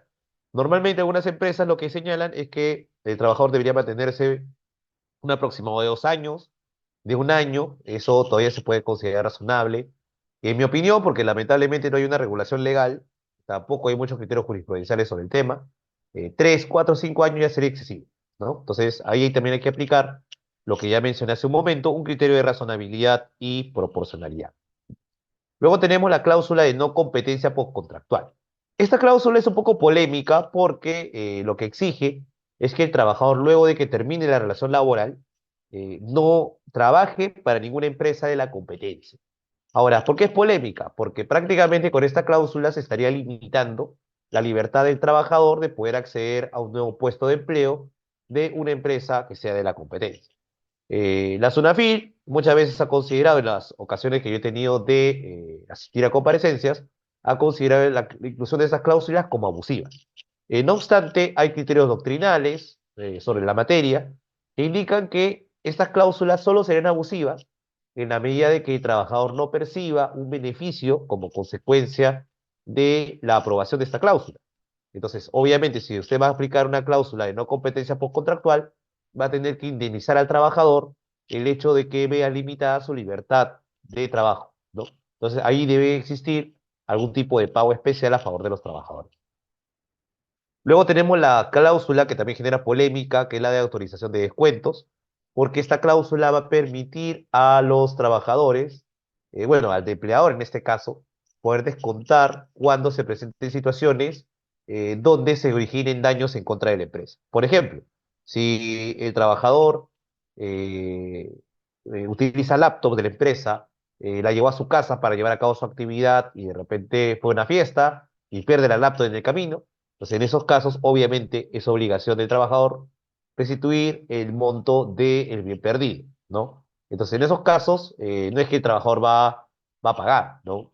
Normalmente, con esta cláusula, lo que busca el empleador es garantizar el pago a través de descuento de las remuneraciones o de los beneficios sociales que tenga el trabajador. Ahora, esta autorización, esta cláusula de autorización de descuentos, tampoco hay que utilizarla de manera arbitraria. Solo puede usarse en aquellos casos en los que realmente se haya determinado de manera objetiva que se ha producido un daño en contra de la empresa. Por ejemplo, pérdida de bienes de la empresa, desgaste de equipos, también en algunos casos de daños que se han originado de carácter económico a la empresa. Por ejemplo, hay casos de contadores, ¿no? Que por error hacen depósitos en cuentas erróneas, ¿no? Por ejemplo, si le pagan las utilidades le paga una utilidad a una cuenta ficticia porque se equivocó un dígito, ¿no? Entonces, en esos casos, obviamente, el empleador se va a ver perjudicado porque el trabajador que tenía que recibir ese pago de la participación en las utilidades va a pensar que el empleador en verdad no ha querido pagarle, ¿no? Entonces, en esos casos sí sería válido, ¿no? Que se proceda con un descuento, obviamente razonable, tampoco le vas a descontar el 100% de la remuneración al trabajador que ha cometido esta falta, ¿no? Tiene que existir un sistema, normalmente es un cronograma de pagos, ¿no? Para que el trabajador pueda asumir ese tipo de gastos como consecuencia de esa situación, ¿no? Y finalmente tenemos la cláusula de protección de datos personales, ¿no? Existe una legislación específica que regula la protección de los datos personales. Recuerden que los empleadores, como consecuencia de que utilizan el T-Registro y la PLAME, van a tener acceso a información que es confidencial. Van a conocer si el trabajador tiene hijos, si tiene cónyuge o conviviente, van a saber también cuál es la edad del trabajador, van a saber en qué seguro se encuentra, en qué sistema de pensiones se encuentra afiliado, entre otros datos que son eminentemente personales. Entonces, la empresa, como consecuencia de las exigencias de esta norma, tiene que mantener estos datos en un banco de datos personales y tiene que administrarlo con mucho cuidado, ¿no? Entonces, esa es la característica que tendría esta cláusula, de indicar que la empresa va a custodiar estos datos personales y que no va a remitir esta información a terceros. Finalmente, ya como última diapositiva, para ya poder atender las preguntas que veo que son varias, las que tenemos pendientes, le vamos a revisar cuáles son los principales reglamentos y políticas. Recuerden que el empleador tiene facultades, también tiene obligaciones, pero gran parte de su potestad se va a delimitar a partir de normas que son generales dentro de la empresa. Estas normas internas y de carácter general son las siguientes. En primer lugar, tenemos el Reglamento Interno de Trabajo, que como ya mencioné, es la norma fundamental de una empresa, ¿no? Y va a buscar organizar la actividad laboral. Este reglamento, ¿no? Es obligatorio cuando se tiene más de 100 trabajadores, por si acaso, y además de eso también, el Reglamento Interno de Trabajo tiene como finalidad regular una serie de contenidos importantes. Se regula, por ejemplo, temas sobre jornada de trabajo, temas también sobre la armonía laboral. Ya hemos hablado también que se puede colocar un listado de infracciones y sanciones en general, ¿no? Normalmente la parte más atractiva para los empleadores cuando elaboran reglamentos internos de trabajo es la parte de las sanciones, ¿no? Porque a través de este sistema de sanciones podría sancionar de manera válida casos de faltas leves y faltas que sean intermedias, ¿no? Recuerden que la legislación laboral ya estableció un listado de faltas graves, pero no establece qué faltas deben calificarse como leves y qué faltas deben calificarse como faltas medias o intermedias, ¿no? Entonces, ante este vacío de la ley laboral, el empleador podría perfectamente recurrir a la elaboración de este reglamento interno de trabajo. Luego tenemos otro documento que aquí lo hemos denominado RIST, que significa Reglamento Interno de Seguridad y Salud en el Trabajo. Estas son normas que establecen las reglas básicas en materia de seguridad y salud en el trabajo. Por ejemplo, ahí se hace referencia a la materia cómo se va a elegir al comité, cómo se elige al supervisor, cuáles son los estándares mínimos que deben tener en cuenta los trabajadores dependiendo de las áreas o dependiendo de la actividad que realizan. Este reglamento es obligatorio cuando se tiene de 20 a más trabajadores. Luego tenemos la política salarial, que es el documento que está de moda porque justamente la SUNAFIL en el ámbito privado ha estado llevando a cabo este tipo de fiscalizaciones de ese documento. La política tiene como finalidad establecer la estructura salarial en función de parámetros objetivos. Es decir, cuando usted le paga a un trabajador una cantidad dineraria, ¿no? La remuneración básica, esta remuneración tiene que estar vinculada con el valor del puesto. ¿Eso qué quiere decir? Que los puestos más importantes o que tienen un mayor valor van a generar el pago de una mayor remuneración. En cambio, aquellos puestos que sean no tan bien valorados, ellos, los trabajadores que formen parte de estos tipos de puestos, van a percibir una remuneración inferior. Entonces, para nosotros contar con esta valoración de puestos, es obligatorio que el empleador lleve a cabo lo que se conoce como un cuadro de categorías y funciones, donde se va a plasmar el valor de cada puesto y se va a colocar la banda salarial. Ahora, este cuadro de categorías y funciones es un documento que no va a ser compartido con los trabajadores porque es un documento de carácter confidencial. El documento que sí tiene que ser compartido con los trabajadores es la política salarial, porque en la política salarial se va a explicar la estructura salarial, no se va a indicar los montos mínimos y montos máximos, pero sí se va a establecer cuáles son los criterios que van a servir de base para que el empleador valore cada uno de los puestos. Es por eso que este documento es obligatorio para todo tipo de empresa, no importa la cantidad de trabajadores, ni tampoco el tipo de empresa. Luego tenemos la política frente al hostigamiento sexual, que es un documento que también es obligatorio cuando la empresa tiene de 20 trabajadores a más. También se aplica en el caso de las entidades públicas. Y en este documento se va a establecer el procedimiento de investigación y sanción en caso de hostigamiento sexual. Acá, por ejemplo, se fija que hay un órgano que se va a encargar de la investigación, ¿no? Que normalmente estamos hablando de un comité o un delegado de intervención frente al hostigamiento sexual y luego de la investigación ya va a pasar un informe, ¿no? Tiene que elaborar un informe de investigación y este informe va a pasar al área administrativa de recursos humanos, que es la que se va a encargar de sancionar al supuesto hostigador, si es que corresponde aplicar una sanción. Y finalmente tenemos la política de protección de datos personales, que es una política que también es obligatoria, sin importar el número de trabajadores o el tipo de empresa.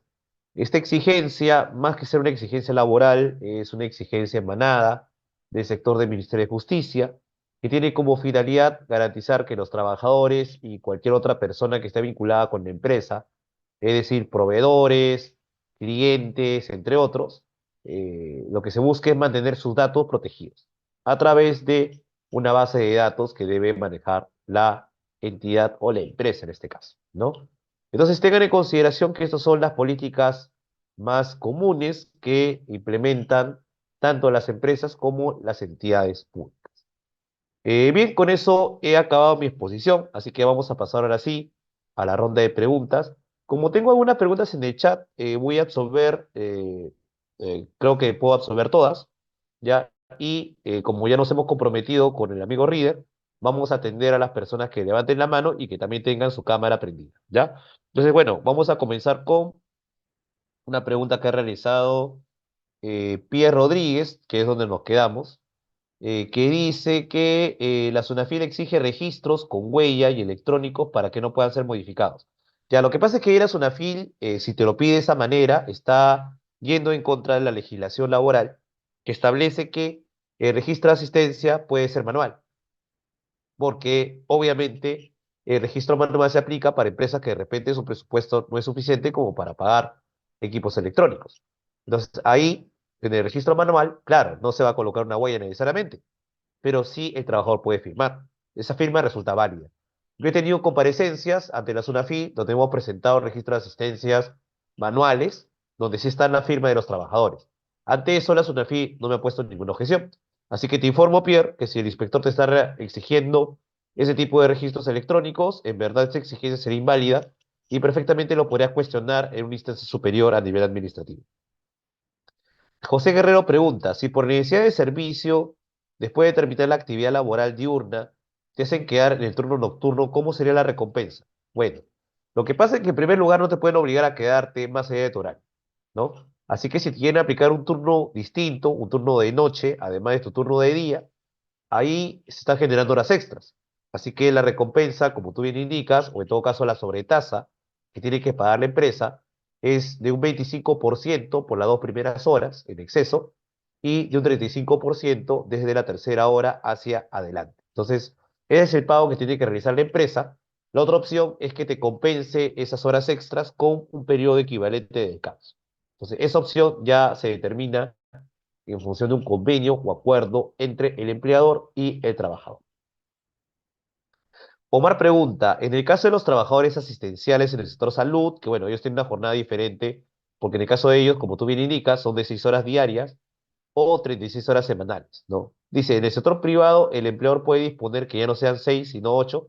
No, no se puede porque ellos se encuentran, tienen o forman parte de un régimen especial. Entonces, en este régimen especial se estableció esta jornada particular.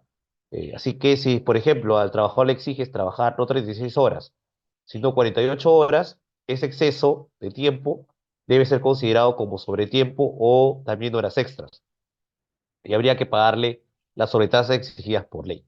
Entonces, es un aspecto a considerar cuando estamos hablando de regímenes, por si acaso, especiales, ¿no?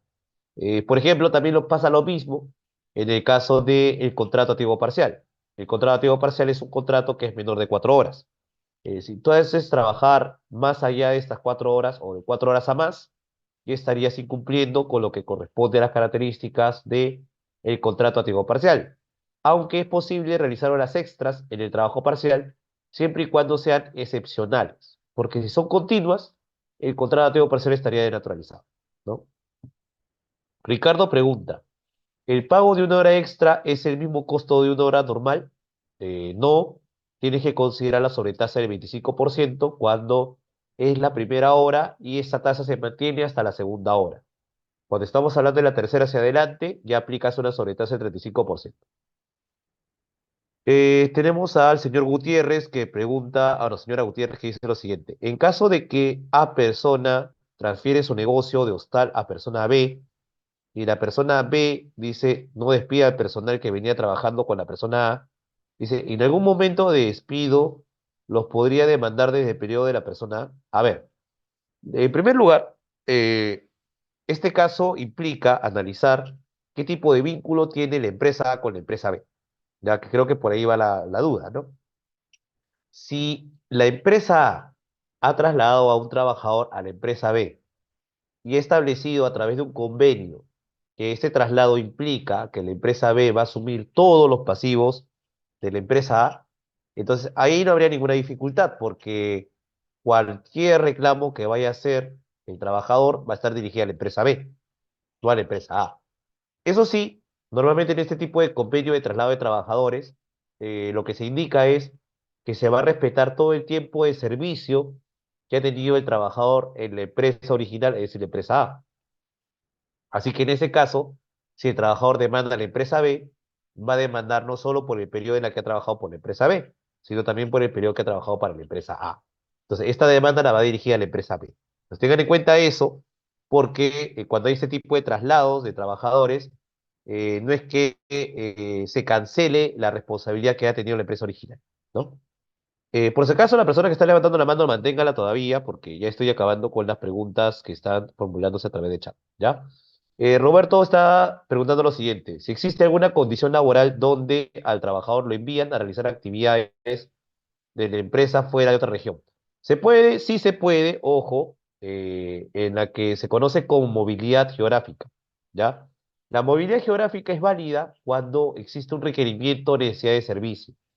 Pero si no existe este requerimiento o hay una afectación especial al trabajador, por ejemplo, hay casos de trabajadores que son responsables de sus padres que son mayores de edad o de hijos que sufren alguna dolencia especial, ¿no? Entonces, en esos casos, como si no está el trabajador, no va a haber ninguna persona que lo pueda cuidar, ahí ellos se pueden oponer a ese traslado y podrían alegar hostilidad. Obviamente el trabajador, antes de delegar hostilidad, tiene que explicar al empleador cuáles son las circunstancias particulares, ¿no?, que puedan presentarse ante estos casos de movilidad. Obviamente, cuando es una persona que se traslada, va de viaje, como acá dice, se traslada en avión, en lancha, porque va a la selva, todo ese tipo de viajes puede originar accidentes. Así que el empleador tiene la obligación de otorgar los seguros que sean necesarios para cubrir al trabajador. Definitivamente ahí yo contrataría, por ejemplo, además del seguro de vida ley, que es obligatorio, el seguro del STR, un seguro complementario de trabajo de riesgo, donde se brindan coberturas adicionales a los trabajadores, tanto en materia de salud como en materia de pensión. Luego me pregunta Enrique, un vigilante que trabaja en mina 12 horas diarias, jornada laboral atípica, 14 por 7, dice, ¿estaría superando el mínimo establecido? Sí, conforme a lo que comenté hace un momento, para una jornada de 14 por 7 solo pueden trabajar 10 horas, porque si trabaja 12 ya estás incumpliendo con esta medida. Incluso algunos me dicen, pero yo le pago horas extra. Lo que pasa es que las horas extras son de carácter excepcional. Si tú lo aplicas todos los meses, ya estarías desnaturalizando la finalidad de las horas extras y la SUNAFIL te podría sancionar, ¿no? Carlos pregunta, en algunas instituciones públicas se observa un aviso que indica horario de trabajo y horario de atención. Es correcto, lo que pasa es que no es lo mismo. El horario de atención es para las personas que son usuarias de servicio. El horario de trabajo es la hora en la que los trabajadores van a desarrollar su actividad. Entonces, ten en cuenta esa diferencia, porque muchas veces el horario de trabajo puede tener una hora de salida que sea posterior al horario de atención. Así que no son lo mismo, ¿no? Maestro, maestro, Sí, vamos a la ronda de preguntas porque solamente nos queda 8 minutos. ya, bueno, a mí me sale que salen como 15, pero ok, no hay problema, 8 minutos, no te preocupes. Sí, maestro, Pasamos, muchas gracias porque tenemos una siguiente exposición también. Gracias. ya. Estimada Stephanie, Carla, una pregunta, por favor, ser precisa. Gracias. Gracias, muy amable. Buenas noches con todos. Doctor, quería hacerle la siguiente consulta. ¿Cómo debe actuar la entidad ante la presentación de un pliego de reclamos fuera del periodo establecido por la norma? Es decir, creo que establece que entre noviembre y enero tienen que presentar. Entonces, ¿qué pasa si presenta fuera de ese periodo? Gracias, doctor. Ya, agradezco la pregunta. Por si acaso no estamos hablando todavía sobre los temas sindicales, porque eso le corresponde explicar a otra persona, especialmente cuando estamos hablando de la regla del sector público. Así que, por tema de especialidad, no voy a poder contestar esa pregunta. Ya Exacto, la maestro. pasaríamos a la persona encargada. Ajá. Sí. Gracias, maestro. Por favor, a lo que estamos en estos momentos explicando, justo voy a compartir pantalla, es la sesión número 2, prestación del trabajo, modo y condiciones de trabajo. Por favor, estimados colegas, ceñirse a esas preguntas que van a realizar, ¿sí? Estimado Víctor, adelante, por favor, una pregunta. Gracias. Doctor, buenas noches. Usted mencionó el tema de las aportaciones, ¿no? Que cuando un trabajador va a laborar en otro país, siempre de salud les cuenta, pero sería factible, porque a veces ellos tienen familias, ¿no? Cuando ellos ya no aportan, ya no pueden ser atendidos en el salud o en el salud, porque ya no está vinculado con su salud, ¿no? Entonces ellos no ya lo hacen, ¿no? Como usted dice, ¿no? ¿Por qué tienen dos situaciones, ¿no? Para mí sería, ¿no? Si ellos no le descuentan, la familia realmente no podrían atenderse, ¿no? Atenderse en salud o en la dependencia que ellos están haciendo. Entonces, tendrían que volver y de nuevo aportar. Esa es mi opinión. Usted me puede decir, o no, aclarar. Ya, pensé que era una pregunta, pero en todo caso, sobre tu opinión. Ya, pero la pregunta es, como pasa en mi caso, si yo fuera soltero, no tengo hijos, no tengo cónyuge, no tengo conviviente, ¿por qué debería aportar esa, ¿no? Entonces no tendría derecho a vientes, ¿no? Yo entiendo lo que planteas, en verdad es correcto. Si yo tuviera hijos, cónyuge o conviviente en el Perú, naturalmente el aporte de salud debería ser obligatorio, ¿no? Pero en el caso que yo no lo tenga y tenga toda mi familia o esté solo en el extranjero, no tendría sentido seguir aportando de salud. Pero bueno, insisto, actualmente la ley no establece excepciones, así que sí o sí hay que aportar esa luz, ¿no?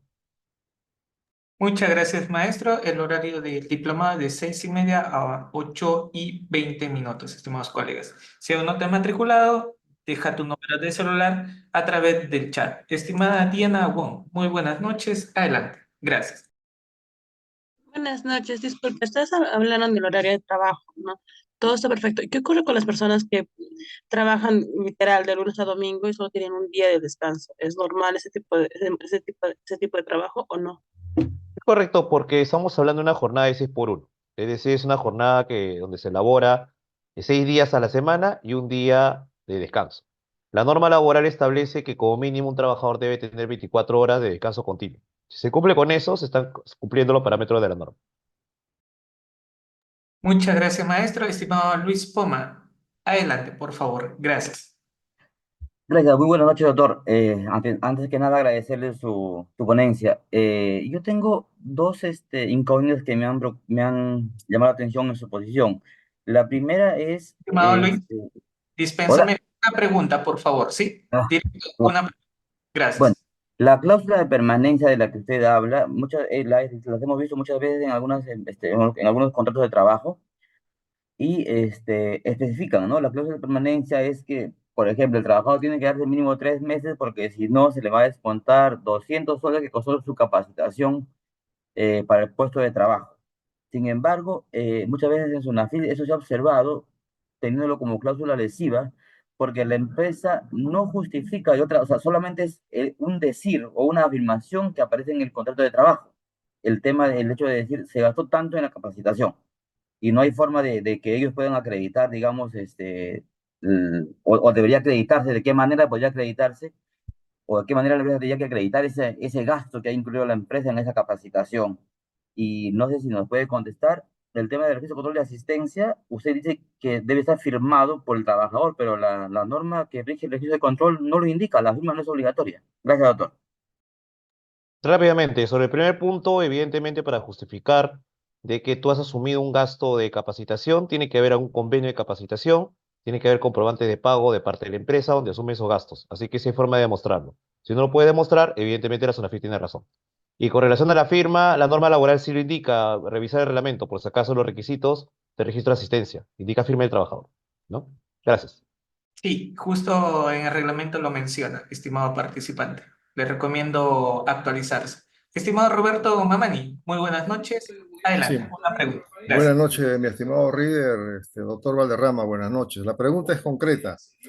¿Es obligatorio hacer el registro de la asistencia por escrito y a través de la huella digital? ¿Eso es obligatorio? ¿La norma lo permite? Gracias por su respuesta.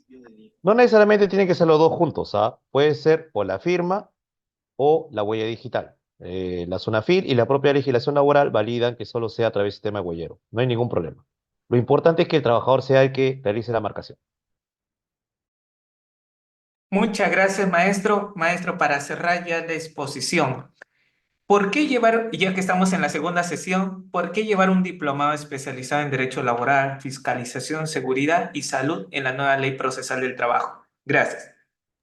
Bien, Reader, con relación a tu pregunta, definitivamente hay una necesidad, ¿no? No solo de parte de las personas que dirigen la actividad empresarial o tienen un puesto de gerentes públicos, sino que también para todo tipo de servidor, sea servidor de las entidades públicas o sea un trabajador del sector privado, requiere conocer cuáles son las normas principales que se aplican en el ámbito laboral. Nosotros hemos hablado, por ejemplo, el día de hoy, temas de horas extras, de horario de trabajo, temas que muchas veces los trabajadores desconocen porque, como entenderán, las normas laborales se paran actualizando, se paran cambiando. Y contar con este conocimiento inmediato normalmente solo está vinculado con el conocimiento que tienen los abogados que manejan día a día ese tipo de normativa. Es por eso que este diploma especializado resulta absolutamente necesario para toda persona que quiere estar bien informada, tanto trabajadores como empleadores, y así evitar situaciones que puedan resultar abusivas y arbitrarias que puedan afectar el derecho de los trabajadores.